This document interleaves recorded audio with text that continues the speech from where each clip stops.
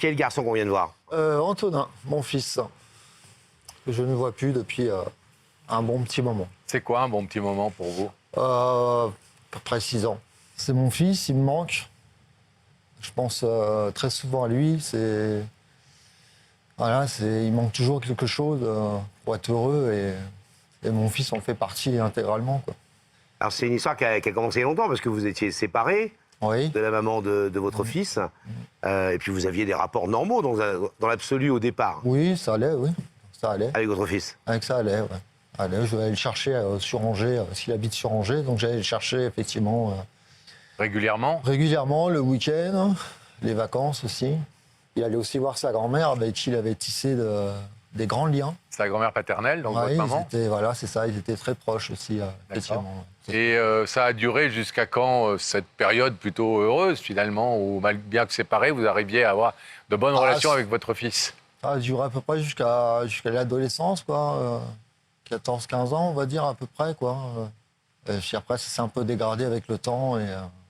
Pourquoi? Crise d'adolescence, relations qui deviennent un peu tendues ou Je pense relation qui devenait peut-être un peu tendue, et puis bon, peut-être aussi l'adolescence, effectivement. Vous étiez un père sévère plutôt? Non. Non, sévère, au sens. Non, pas trop. Il y a des règles. Vous êtes Les règles de base. ancien militaire. On a des règles quand on est ancien militaire. Oui, bien sûr. Non, mais après, Moi, mes enfants, ils marchent beaucoup plus dessus que si j'avais été lieutenant ou capitaine, j'aurais un peu imposé mon autorité. tu crois? Ah oui. Bon, ils ne marchent pas trop dessus, ils sont mignons comme tout. Mais bon. Enfin, on comprend pourquoi tu n'as jamais été lieutenant ou capitaine. Ah bah, ça c'est clair. Ça c'est clair. Il a 21 ans, Antonin, aujourd'hui. Ça fait donc 6 ans, depuis l'âge de 15 ans, que vous ne le voyez plus. La rupture, elle a été nette ou elle s'est faite lentement? Il y a eu un jour où ça a basculé? Le début est venu un petit peu progressivement. Et puis après, à un moment donné, ça s'est complètement arrêté sans vraiment que j'arrive à comprendre pourquoi il voulait plus venir, en fait. C'était ça. Donc il y a quand même, ça a été exprimé. C'est-à-dire, il a dit à un moment, j'ai plus envie de venir. Oui. Et là, vous avez réagi comment? Bah, on s'écroule. C'est difficile de dire à son enfant ne veut plus venir. C'est compliqué quand même. C'est compliqué. Vous avez été très atteint, très meurtri par cette décision. Ouais. Vous avez refait votre vie? Difficilement, oui. J'ai eu plusieurs aventures. J'ai jamais vraiment été très heureux. Vous avez eu d'autres enfants? Non, jamais. Ah, C'est votre fils unique? Oui. donc d'où l'importance, j'allais dire, supplémentaire, plus grande encore, de cette démarche que vous faites ce soir. Ouais. Et pourtant, tout aurait pu très bien se passer, Pascal. Hein. Oui, puisque effectivement, comme vous le disiez, malgré la séparation, eh bien, au départ, les relations étaient très harmonieuses et il avait trouvé aussi chez sa grand-mère un endroit de prédilection où il se plaisait beaucoup. On a fait un petit film avec votre histoire avec Antonin. Regardez. Il y a 21 ans, David est devenu papa. Il ne pourra jamais oublier ce sentiment d'amour et de force en tenant pour la première fois son enfant dans ses bras. Antonin est né, et de son jeune père, le petit garçon fait la fierté. Mais à peine a-t-il le temps de se remettre de ses émotions que le couple de David vole en éclats. Rien ne va plus avec la maman d'Antonin, et les amoureux d'hier deviennent les parents à mi-temps d'aujourd'hui. David décide de partir vivre ailleurs, loin de son ancienne vie. Il laisse derrière lui ce fils unique, qu'il aime tant et qui n'a pas encore 1 an. C'est sur le quai d'une gare que David dit au revoir à son bébé, sans savoir quand il pourra à nouveau le serrer dans ses bras. C'est le cœur lourd que David commence une nouvelle vie à des kilomètres d'Antonin. Pendant des années, David connaît la vie des parents séparés, et il verra grandir son garçon un week-end sur 2. Mais à partir de ses 16 ans, Antonin se détache. Il n'y a pas de crise, pas de conflit. Et pourtant, le jeune homme semble avoir de moins en moins envie de voir son père. David s'accroche tant bien que mal pour garder des liens, mais Antonin s'éloigne, inexorablement. En fin de compte, père et fils semblent ne plus avoir rien à se dire, et ils prennent des routes différentes. Mais David ne veut pas regarder son fils s'éloigner sans rien faire. Alors, il y a quelques semaines, il a décidé de faire appel à Yac la vérité qui compte. Aujourd'hui, Antonin est devenu un homme, et c'est d'homme à homme avec son fils que David va tenter ce soir de renouer les liens et de rétablir le dialogue. En lui disant tout simplement « Mon fils, je t'aime, tu me manques ».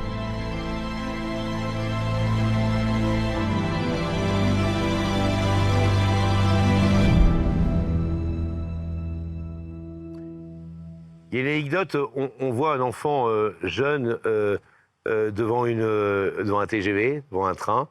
Il y a une anecdote qui vous a particulièrement marqué en parlant de la gare d'Angers en l'occurrence, Oui, quand vous avez...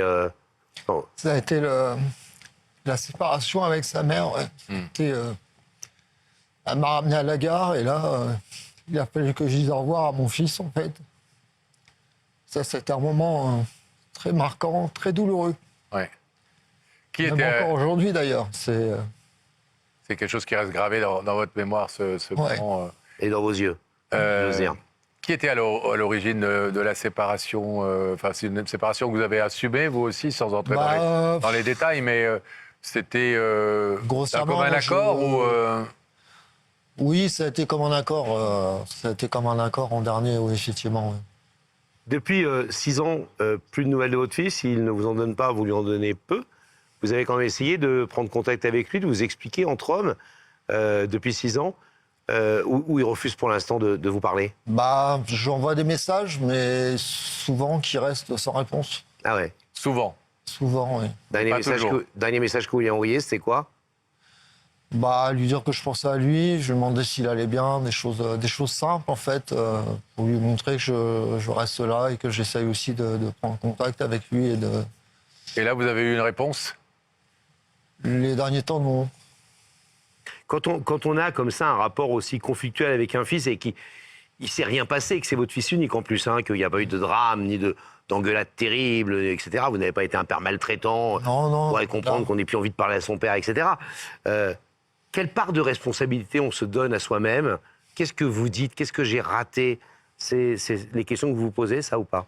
Ça a été longtemps un très grand point d'interrogation, justement, de savoir qu'est-ce qui a pu faire que la relation se détériore et s'arrête.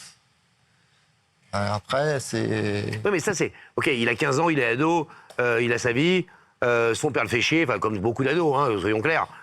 Ça se passe pas très bien. Bon, bah, il décide de moins vous voir. Et puis après, ça devient, bah, je suis habitué à pas voir mon père, bah, je vois plus mon père. Enfin, il a 21 ans maintenant. Ouais. Donc, depuis 2-3 ans, il devient un homme.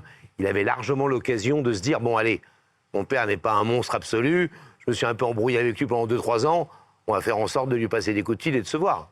Non, il a pas eu, malheureusement, il n'a pas eu cette démarche-là. Il a juste eu la démarche de reprendre contact avec sa grand-mère, effectivement. Ça prend doucement, mais j'arrive à avoir des nouvelles, justement, comme ça. Mais ça n'arrive pas jusqu'à vous. Non, pas vraiment encore. Et avec sa grand-mère, ça se repasse bien? Enfin, il n'y avait pas d'antagonisme entre eux? Il s'est excusé malgré tout D'avoir coupé les ponts? D'avoir coupé les ponts, ouais. Qu'est-ce que vous êtes venu lui dire ce soir précisément? Bah, moi, ce que je suis venu lui dire ce soir, c'est que je l'aime, qu'il me manque et que j'aimerais vraiment partager des choses et le revoir. Et puis, voilà, c'est vraiment là le principal, en fait. Bon. Ok, David, on va faire tout notre possible, évidemment, pour nous jouer les médiateurs, sans influencer non plus votre fils, mais en tout cas, pour essayer que ça se passe le mieux possible. On vous laisse ici quelques instants. Bon courage. Merci. À tout de suite. On va refermer le rideau, Pascal. Et quand il sera fermé, ce rideau, voilà. On pourra retrouver Antonin aux côtés de Rebecca pour lui demander si Antonin est d'accord pour nous rejoindre. Bah, je pense qu'Antonin est complètement d'accord pour vous rejoindre. Pour lui, c'est un petit peu comme repasser le bac. Ah ouais. Oui, ça lui fait à peu près la même émotion. Il pense qu'on est deux examinateurs qui allons lui poser des questions sur l'histoire Non, ou sur la géographie, c'est ça? il a tout révisé la géographie, on a vu ça ensemble. Je pense qu'il est prêt à vous retrouver. Donc Antonin, avec un H, je vais vous demander de vous lever. Vous allez suivre Sam et la vérité est au bout du couloir. Ok, bon, merci.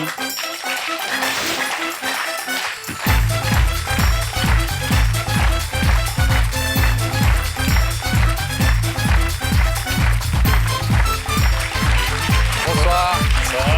Ça va et vous? Ça va.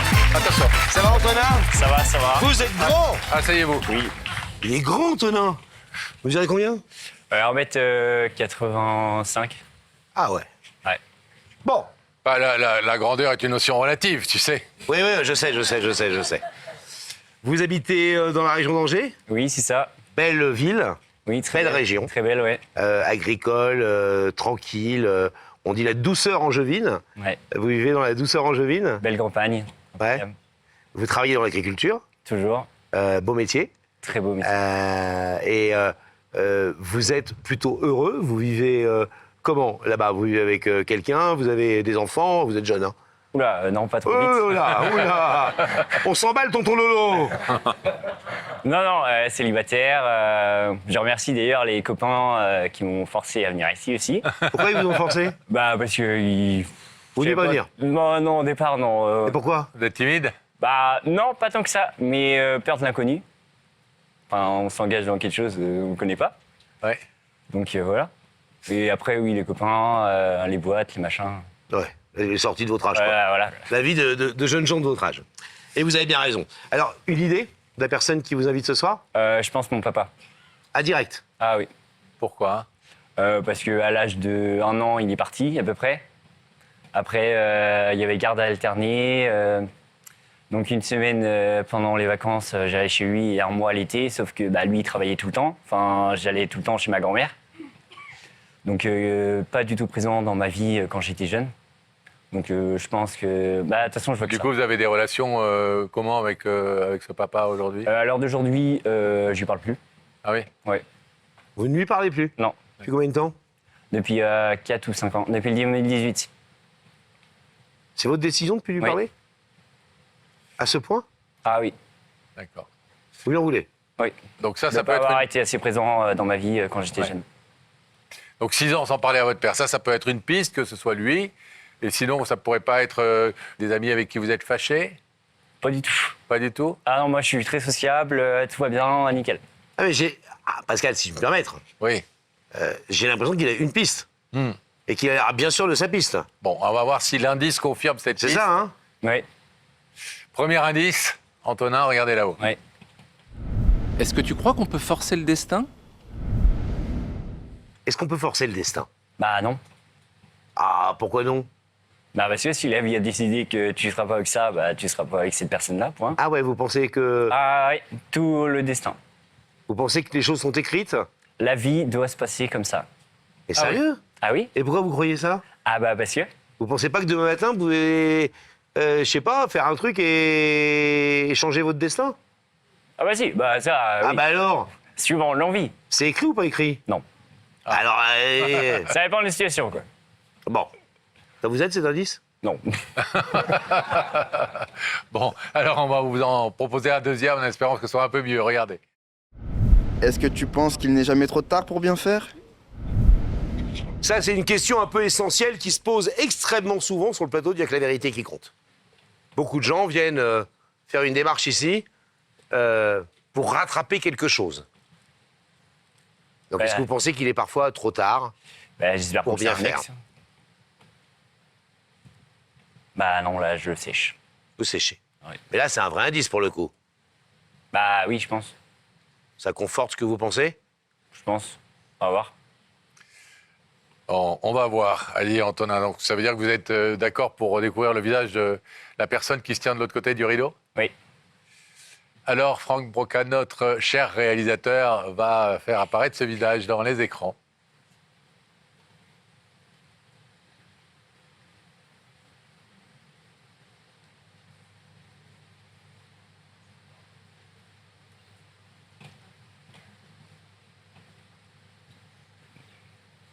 Ça 5-6 ans que vous n'avez pas eu votre père. Ouais. Ça vous touche de le voir, là? Forcément un petit peu. Vous avez du mal à regarder, à fixer les écrans. Votre regard va vers l'écran, puis fuit aussitôt vers nous. C'est difficile de regarder ce papa. Un peu, oui. Ouais. Est-ce que, Antonin, vous voulez entendre ce que David est venu vous dire ce soir, sachant que vous avez tout à fait la liberté d'en rester là. Vous savez, vous connaissez les différentes étapes de l'émission, donc vous pouvez nous dire, maintenant que je sais que c'est lui, non, j'ai rien à écouter, j'ai rien à entendre, je sais déjà tout. Ou alors on le laisse parler. On le laisse parler. David? C'est à vous. Ok. Eh ben, Antonin, je suis déjà dans un premier temps très heureux que tu aies accepté cette invitation. Je voulais te faire venir parce que tu me manques énormément.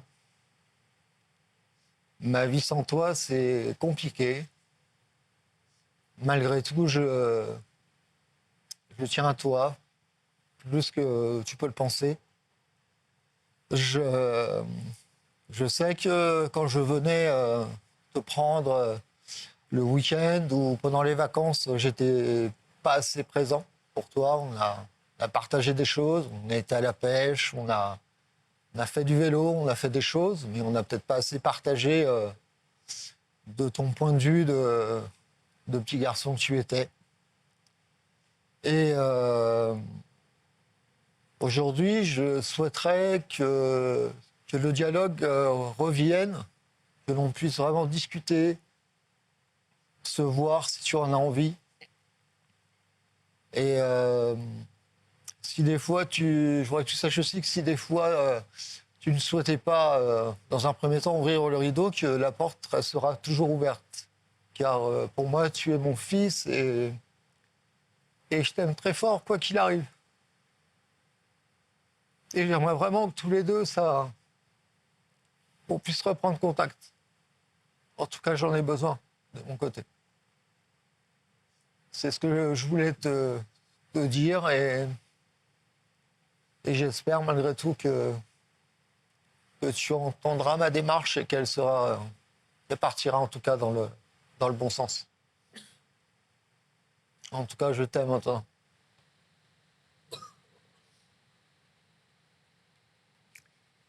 Très stoïque, Antonin. Hein. Ouais. Bougez pas, vous écoutez ce que dit votre père. Ça vous parle, ce qu'il dit? Bon, oui. David nous a dit que vous aviez depuis quelque temps repris un petit peu contact avec votre grand-mère, sa mère, avec qui vous aviez été assez proche quand vous étiez enfant, puisque Très, très proche. il vous laissait beaucoup avec elle, du fait de ses occupations à lui, chose que vous lui reprochez, évidemment, mais pourquoi vous avez éprouvé le besoin de reprendre ce contact avec cette grand-mère? Je sais pas, mais je sais qu'elle me manquait énormément. On avait un lien fort, très fort. Et faut en profiter avant que la vie les emmène. Et vous êtes heureux d'avoir repris contact? Ouais, très, très heureux. Elle vous aime, votre grand-mère? Ouais, Et vous l'aimez? et je l'aime. Vous parlez de ce papa avec votre grand-mère? Non. Jamais? Bah si, elle me posait des questions, mais après, c'est tout. 6 ans sans voir son papa, 6 ans sans voir son fils. On a posé exactement la même question à votre père tout à l'heure. Hein. Entre 15 ans et 21 ans, l'âge où on devient un homme, vraiment, on sort de l'adolescence complètement.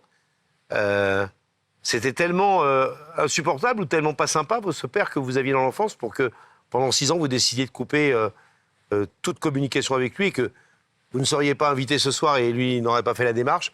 Peut-être que ça aurait pu durer des années. Peut-être. Il nous a dit que de temps en temps, il vous envoyait des messages auxquels vous ne répondiez pas ou quasiment pas. Ça vous fait quoi quand vous recevez un message? Bah, pas grand-chose. Aujourd'hui, j'ai une stabilité avec les copains, la famille.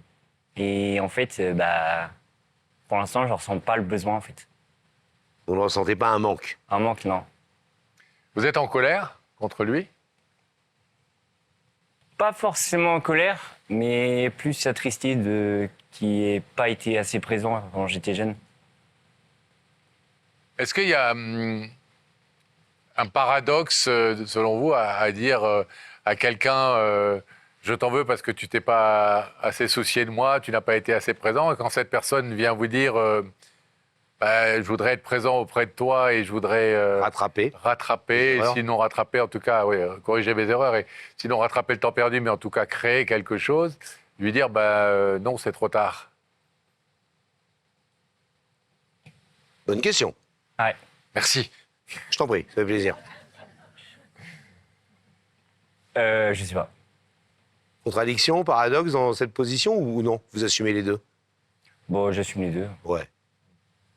Est-ce que ça vous touche, la démarche de votre père ce soir, qui vient quand même, mine de rien, sur un plateau de télé, devant beaucoup de gens, dire j'ai pas été le père idéal, j'ai pas fait ce qu'il fallait, je m'en veux énormément, j'aime mon fils, c'est mon seul fils, c'est mon fils unique. Est-ce que ça vous touche? Ah, ça me touche forcément, oui. Est-ce que vous aviez conscience jusqu'à ce soir de à quel point vous lui manquiez et de à quel point donc il vous aime et il a besoin de vous, à défaut d'avoir jamais su le montrer et de le dire? Est-ce que ce soir vous prenez conscience de quelque chose ou pas vraiment? Vous saviez déjà tout ça?